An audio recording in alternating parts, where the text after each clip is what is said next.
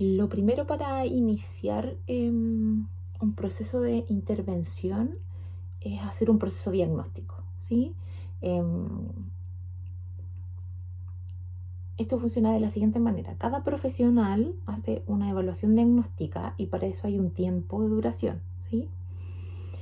En esa evaluación diagnóstica, ¿cierto?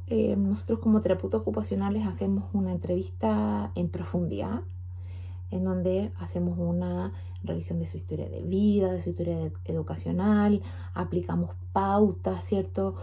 Principalmente, como dije en un inicio, si utilizamos el modelo de ocupación humana, eh, podemos aplicar pautas de intereses, de roles, eh, esto con el objetivo, ¿cierto?, de hacer como una evaluación profunda y un diagnóstico de la persona, ¿sí? Después que termina este proceso, se hace una revisión en equipo, ¿sí? Nosotros trabajamos con un equipo multidisciplinario que está compuesto por muchos profesionales. Dentro de esos, trabajador social, psicólogo, en algunos casos hay psicopedagogos, talleristas también, el médico psiquiatra, técnicos en rehabilitación, que son principalmente personal de turno, en algunos casos también tenemos paramédicos, ¿sí? Entonces, con todos los diagnósticos de los profesionales por sus áreas, hacemos como una evaluación integral, ¿sí?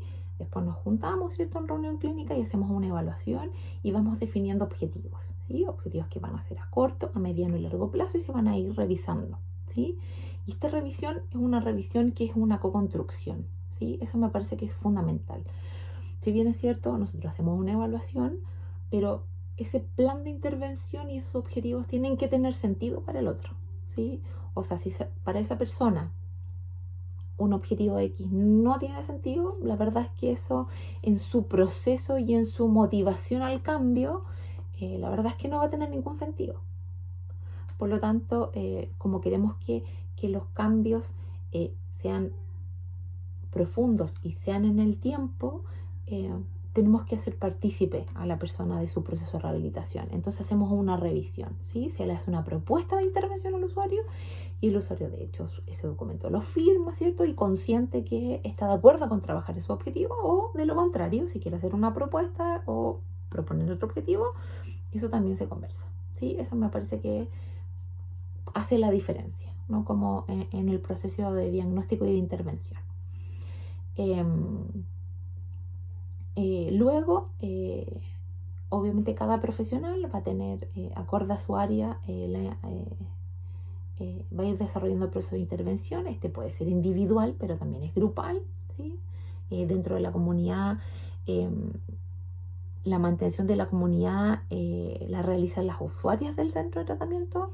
Por lo tanto, esto es una casa, ¿no? Y funciona como una casa. Por lo tanto, la mantención y el funcionamiento también lo realizan ellas. Y ahí yo creo que también nosotros tenemos un rol fundamental porque, por ejemplo, diseñamos todo lo que es el proceso de funcionamiento de la casa, ¿sí? Y ahí el funcionamiento diario eh, se van designando, ¿cierto?, cada actividad a cada usuario, ¿sí? De manera semanal, de manera diaria, y después también se va haciendo una revisión con ellas de cómo fue su funcionamiento, ¿sí? Y obviamente y eso se traslada después, cuando empiezan a tener salida y están fuera del centro de tratamiento, en sus casas, ¿cierto? Se empieza a trasladar ese funcionamiento diario del centro a sus casas, ¿cierto? Que es donde ellas después van a retornar cuando el proceso de tratamiento culmine. Eso es como del funcionamiento diario, ¿sí? Después también uno podría ir pensando que en objetivos a mediano y largo plazo más bien tienen que ver con el proceso de reinserción, ¿cierto? Volver a la vida laboral, volver a la vida de casa si es que la persona es dueña de casa, o retomar estudios si es que eventualmente dejó algún estudio eh, pendiente, ¿cierto?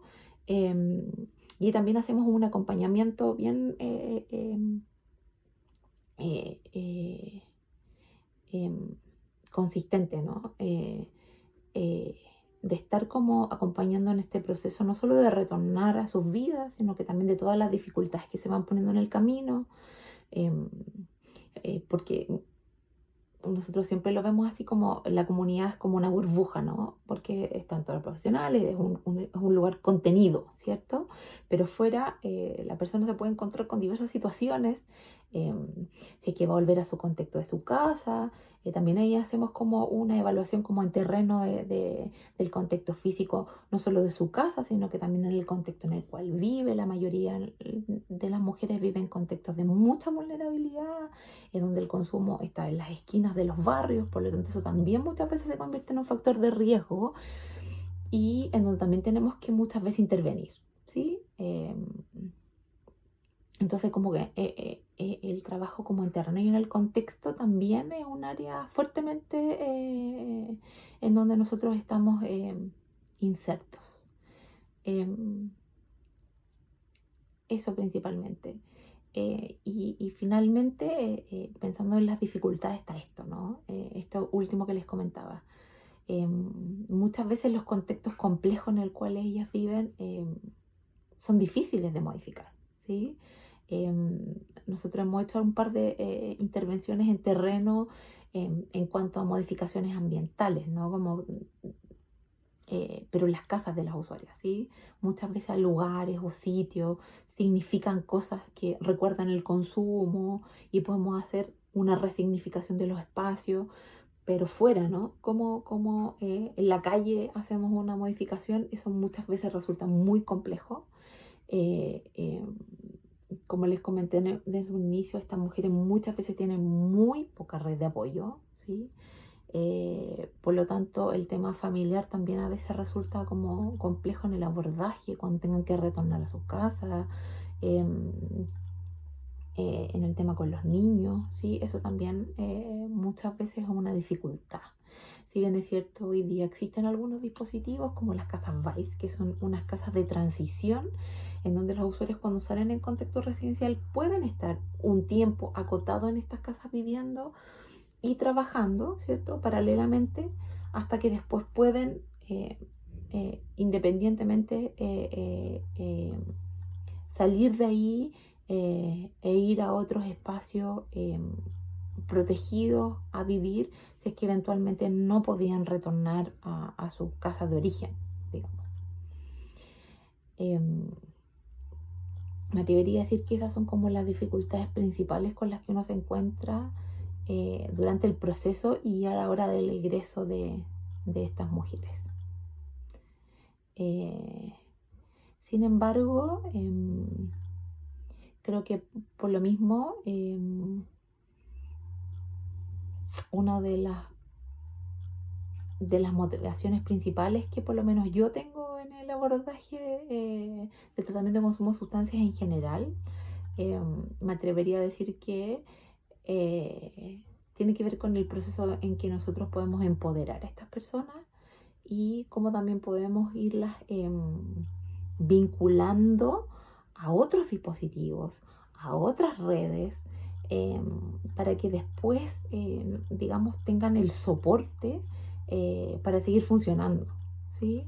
Yo creo que ahí también tenemos un rol fundamental en cómo podemos vincular con otras redes de apoyo, cómo podemos hacer los nexos, como les digo, para que después ellas tengan un sustento para cuando estén fuera, ¿sí?